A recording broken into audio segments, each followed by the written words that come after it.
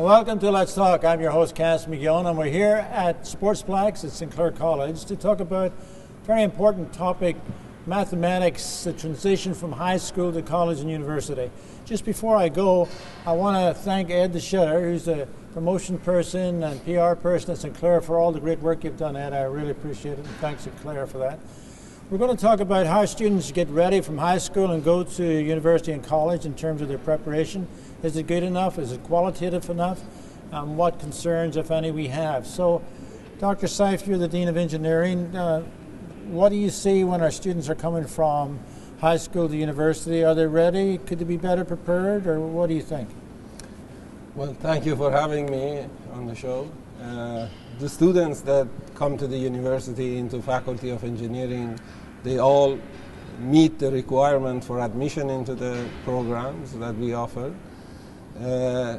One of the things that I feel that they face, one of the challenges they face is this transition basically from high school into the university, and which is not always a smooth or simple transition. So students find out that the first year curriculum in engineering is quite dense, a lot of math and sciences and engineering topics. So basically the thing that they could be better prepared for is good work habits and time management skills, and also the ability to participate in group projects, because we have some these first year design courses that require a student to work together in groups. And so those students who cannot manage their time or don't have good work habits sometimes tend to face difficulties. Of course, we have people within the faculty in one office that can help them with that if they reach out, as well as other students, fourth year or more senior students. But that is the essential challenge that, in my opinion, many of the students that make the transition face, and that's just the time management and getting used to the university life. Yeah, and Lisa, you were mentioning that, I think, when I was talking to you previously, that the readiness for the social and working together is difficult. Yes, I completely agree with Dr. Seif. It's when you're coming into high school, you're getting encouraged by all your teachers, like you have to work hard, it's going to be hard. But once you get into university, you don't have those teachers telling you that anymore. I mean, your professors at university still say, hey, you should be reading this, blah, blah, blah. But nobody's checking your homework, nobody's making sure that you're doing your work, and it's all very independent. So when I got into university, it was I was an academic, I was working really hard in school, and I kind of got into university with this mentality, okay, I need to work for myself, I need to concentrate on my studies. And after Frosh Week, the first week at university, I made a group of friends and I stuck with them throughout all of university. So there's a collaboration aspect to engineering. You need to be able to work together and also find a harmony between social and academics to manage your time. So I noticed when I met with you folks as a group, you were really together and you seem to be working for each other, and that seems to be really, really as important as doing well on exams, right? Yes, you need to develop good friends to collaborate on, because they're the ones that teach you how to study, what problems to miss. And sometimes you're not perfect either. You need people to kind of help point you out into the right direction. And sometimes you're too intimidated to ask your prof, so it's important to be able to rely on your peers and learn those abilities. Okay, and Asif, you're from the industrial world as well. Maybe give us a little bit of your background and tell us why this particular topic is so important to you. So I've got the engineering background. I have my bachelor in electrical engineering, master's in manufacturing, and I work for FCA, which is the old Chrysler, and I'm at one of the manufacturing plants that we build engines, V6 engines. I'm also associated with University of Windsor because I teach a graduate class there. And I also am chair for Windsor Essex Professional Engineers Ontario chapter. So my passion and my interest is because of all these things that I do, and really look into what is going on, that there's a decline in the number of students enrolling into the engineering programs, even though there's hardly anything on a daily basis that you touch that doesn't have the engineering behind it.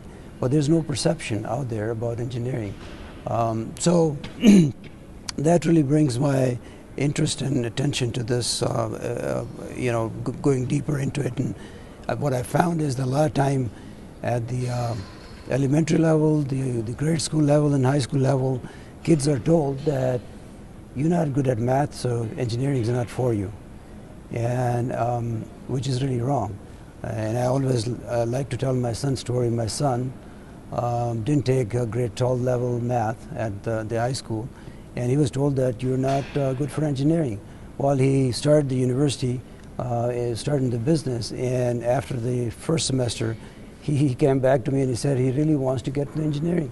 So it goes back to the point was made here that it's collaborated. Yes, you need to be self-directed, but just that collaborative work and getting to learn from other students, what is it engineering about? He was motivated and he fell really in love with engineering. Okay. And I think that love of engineering. Enzo, you're coming from a Sinclair perspective. I would suggest that there's probably a different kind of profile, but an equally important profile for the work that you do in the engineering area or math area at Sinclair.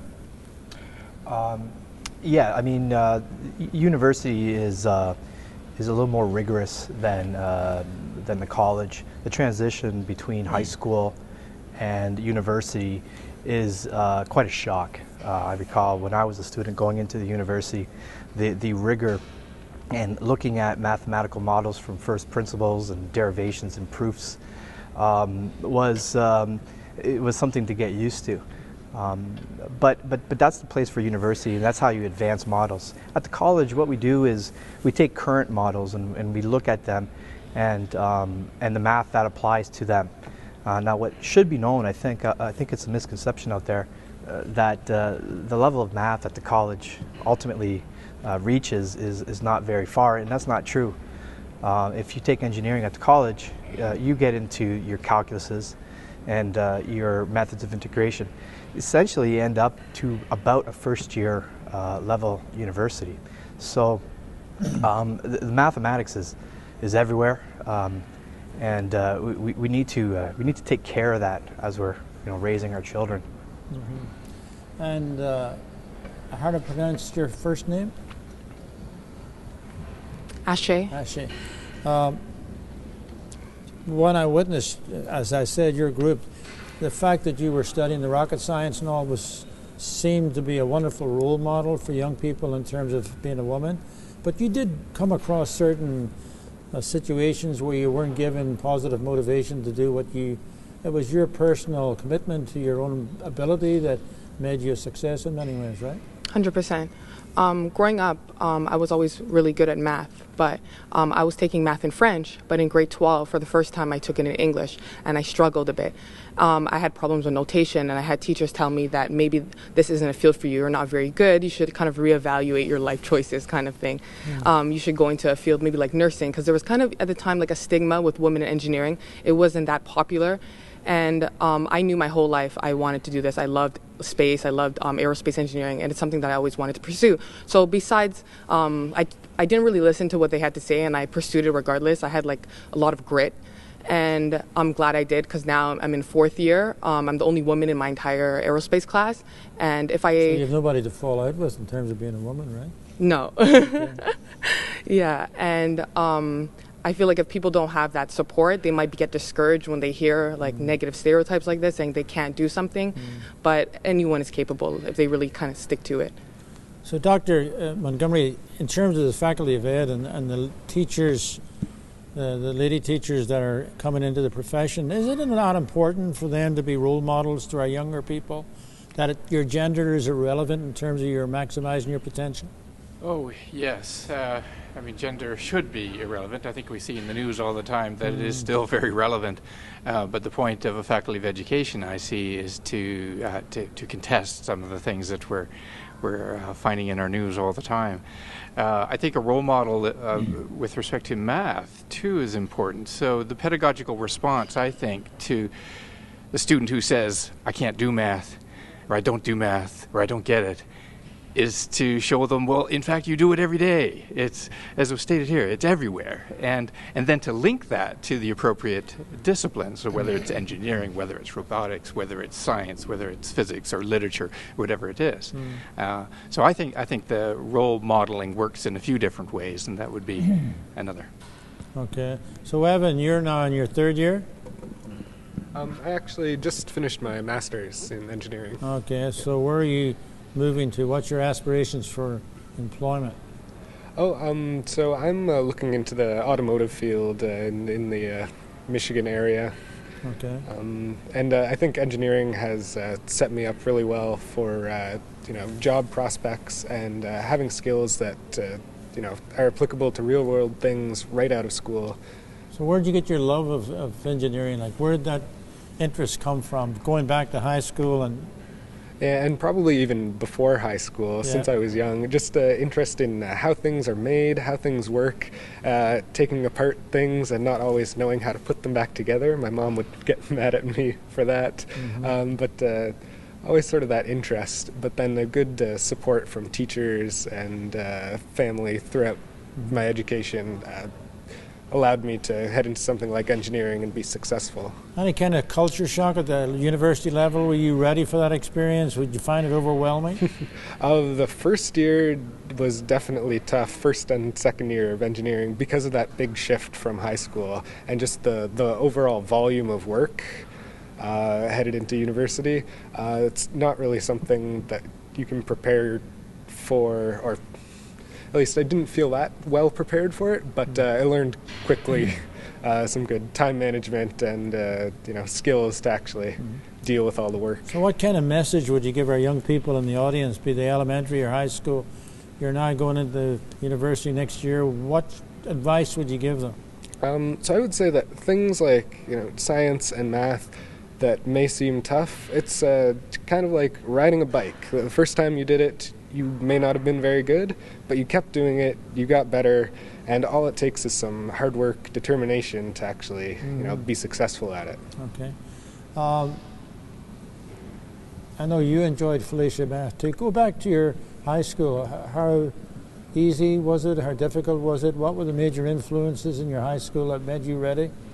So I went to Assumption. I was in the International Baccalaureate program. So it was Tell me how good that was. It was more difficult. It was a lot more workload than, say, academic or apply to other high schools. But I felt more prepared. At least when I was in grade 11, I thought I was prepared for university until I changed high schools. And I felt that grade 12 was fairly easy, considering grades 9 to 11 prepared me very well. So when I did get to university, I slacked off because I thought that it would come easy just like grade 12, but my marks could tell you otherwise. So I did start to study and they did go up fairly well. So I would say definitely stay motivated and keep your work ethic. Just because one class may be easy doesn't mean the rest of them will be. Okay, Sam, you seem to enjoy your time at university. You like the challenge, right? You don't like the word hard, or is that you? No, I don't like the word hard. It's very misleading to the people who do not yet understand the problem or the solution or something that they haven't yet learned, which is in most cases when it comes to students.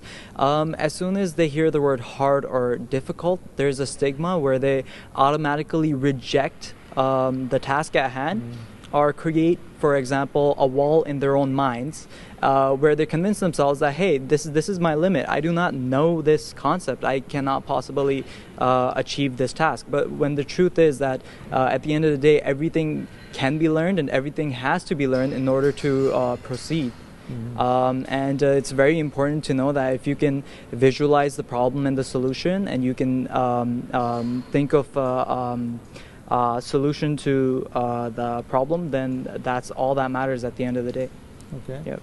As president of Hyperloop at the University of Windsor, a lot of our new members, they bump into this issue where they're assigned a task, and the first thing they tell me before they even dive into the subject is the fact that they cannot do it because they haven't done it before or learned it. But the truth is that most of what we do at university is something that we haven't learned before. We learn as we go, and we apply the solutions as we find them. Okay, and Cameron, your background is you come into the university or the college is a little bit older than some people. Yes, and, that provided difficulty at some point? A little bit, yeah. It was a rude awakening in the beginning. Graduated policing, and I graduated too young, and I kind of wanted to get my life going and get a job quicker, so I went back to school. Didn't have grade 12 because policing didn't need it. Went back into the St. Clair ACE program, and it was more or less like the applied portion of grade 12 math. I went into it.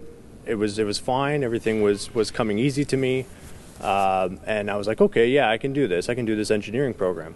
And I get into St. Clair, and then that's when it hit me, the culture shock of, all right, now get rid of regular numbers. Now we're going to talk about theoretical math. We're going to talk about trig identities. We're going to talk about like even simple things like computer programming and stuff like that. And that's when it really hit me to kind of take a step back and be like, okay, like where was the disconnect for me? Because I loved math. Going up grade school, high school, it was all easy to me.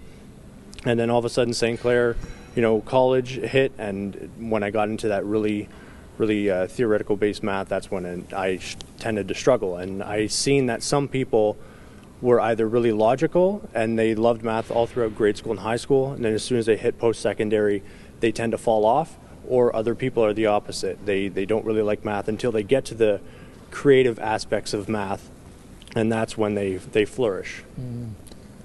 Ed, I'm watching, I'm saying, are you a part of the discussion in the sense, could I ask you, what kind of things do St. Clair do to promote the opportunities that young people can engage in St. Clair that maybe could be done better, or do we have that image that St. Clair is only for some students and not others? Pass the mic back to you. Well, I certainly think there's a lot of opportunity for students, just like Cameron taking the ACE program, not meeting requirements directly out of high school. Enrolling in a program like ACE and getting the requirements, we have supports here at the college available for students. We do also have a lot of student support services through tutoring services that are available here at the college. So even if students struggle while they're here, there are certainly a lot of avenues and different things that they can get involved in that will help them flourish while they're here at the college. So how do you get over the stigma of the perception that St. Clair is only for certain students, not necessarily the most academic, yet of all, a lot of your courses are applied and meaningful to society and are also well-paid programs that no one should be concerned about, yet a lot of parents, they tell their students or their sons and daughters, that's not for you. How do you overcome that? Well, I certainly think there's opportunities for everyone here. There's a lot of great opportunities that exist between St. Clair College and partnerships with the University of Windsor. Yeah. Other partners out in Ontario, opportunities, in the States as well. So there's a lot of opportunities not only to get your education here at the college, but to further your education and get a degree once they leave here. Okay. So Dean, your job as the Dean is, I assume, is to be a salesperson for your program. What have you found to be the most successful promotion in terms of encouraging young people to become engaged in engineering, that it's not the elite or the difficult program that people say it is? Well, I think the attraction for engineering is the fact that engineers, graduates, have no difficulty finding jobs related to their training. As well, and the statistics are out there that salary-wise they are very well paid. And again, this is something I tell the potential students or potential applicants that and this is, of course, I am biased, but engineering is top amongst the top 5 or top 3, I would say, of programs that you can take. Engineers are problem solvers, wealth creators. They have an economic impact in their community, in the province, the country. So it's a really good profession to get into. And in fact, there are some statistics that people who finish in engineering, they get into other fields. They get into law, they get into business, they get into medical schools, and the inverse of that is not always the case. Like if you graduate out of some other business program, it's always more difficult to become an engineer. Whereas engineering, I think, gives a solid foundation for graduates to either pursue engineering or get into all kinds of other fields. So when it comes to your position at St. Clair and the engineering, how do you blend the two? Like, both college and university have wonderful things to offer the students when they're graduating from high school. How do you promote that? I think for us, there's a balance of things we're looking at, right? We understand that our role is to not only get students into or graduates into future careers, and our programs are designed with industry telling us what they need to put a student in career, but also in partnership with the university and understanding what do we need to do to get them ready if they want to continue on and take that education further into a full degree program. And it's actually something we're working on now to make that partnership tighter and closer and have a shorter window of time. And employers are telling us the same, that what they've seen, let's say from some employees they get from other countries where they have that pathway from a technologist or a technician role into their engineering program, whether it be in parts of Europe or stuff like that, they'd like to see both schools working together to create that sort of pathway, and so we've been working towards that and building upon what's already been successful. So David, you were in high school not so long ago. Can you remember back, did the teachers of math excite you about the math, or was that teaching something that could have been done in a more significant manner? Yeah, actually I can relate to this a lot. I, like many others here, found math quite easy, but then when the rubber hit the road, like in grade 12, when I was doing my OACs, I'm giving away my age, I felt that the high school math teachers had the brilliant mind, and he was teaching only those top 3 or 4 students. Everyone else was like sink or swim, get a tutor, get help at home, and so that was it. So then your confidence level goes down, and then you're trying to figure out where you're going from there. So that was my experience from a high school perspective of what my math connection was at that point. And it didn't help that there was other things going on in life at that point, but that was a big foundational, like it was my grade 12 year, and so that affected the trajectory, because I went into university in the social sciences with a minor in math. Who does that? Those math credits came in handy afterwards, but that was my journey, if you will. Andrew, I think there's a part of this discussion that we're not doing justice to, and that's the student that is frustrated by math, that struggles in math. And we owe it to them to do justice to their learning style. And oftentimes I think we don't give them enough quality in teaching to accommodate their learning style. Yeah, absolutely. And what we do, particularly in the elementary level, we do a lot of hands-on group work, and that's been said. And when we move towards the older grades, we move towards abstraction. Most of the students in my class dropped math in grade 9 or 10, and it's finite math, trigonometry, and calculus. And that's where they tend to move more towards the abstraction. And students complain about relevance. I mean, when am I going to use this? And if some ways that we can make those connections. And I was one of those examples that I started out as a mechanical engineer, worked for 5 years in the field, and I went into education. And it was a reason for my success, because I was very, very unique, and the perspective that I brought, because I was a tinkerer. I wanted to know how things work, and engineering gave me that kind of thinking. I bring that to my teaching, so I had my students involved in creating their own projects and work and investigating and trying to figure out how things work. I didn't take things at face value. So we have to find ways of re-engaging kids. And right now we're preparing our students for jobs that haven't been invented yet. And so education has to be looking forward instead of looking backward, or giving students knowledge of today, what we already know. So we have to be more forward-thinking and more innovative in our teaching than we've been in the past. So Asif, there's a message that you want to leave, and the message, well, you can best describe it yourself. I know you're passionate about you need more students that are going to engage in mathematics. Tell us your message. Well, I would say that engineering is cool. Engineering is a mindset. It helps you start looking at things differently. In the optimization, the productivity, the safety, the efficiency, where's the waste, how do you eliminate waste, right? So Assam is working on Hyperloop. Who would have thought that you'll be able to, I know it's still a concept, but you'll be able to travel to Toronto from Windsor in 28 minutes and be back. You know, you can work in Toronto and live in Windsor. So do not give up if somebody tells you that you're not at good math and you're not good at math and you're not for engineering. You just have to find the gap and have the programs that can help you identify, close those gaps. And then, you know, like I said, the university level, you have the collaborative, you know, people can help you and you get some motivation, the commitment and the determination. Once you have that, everything comes easy. But the engineering is, we've always needed more engineers.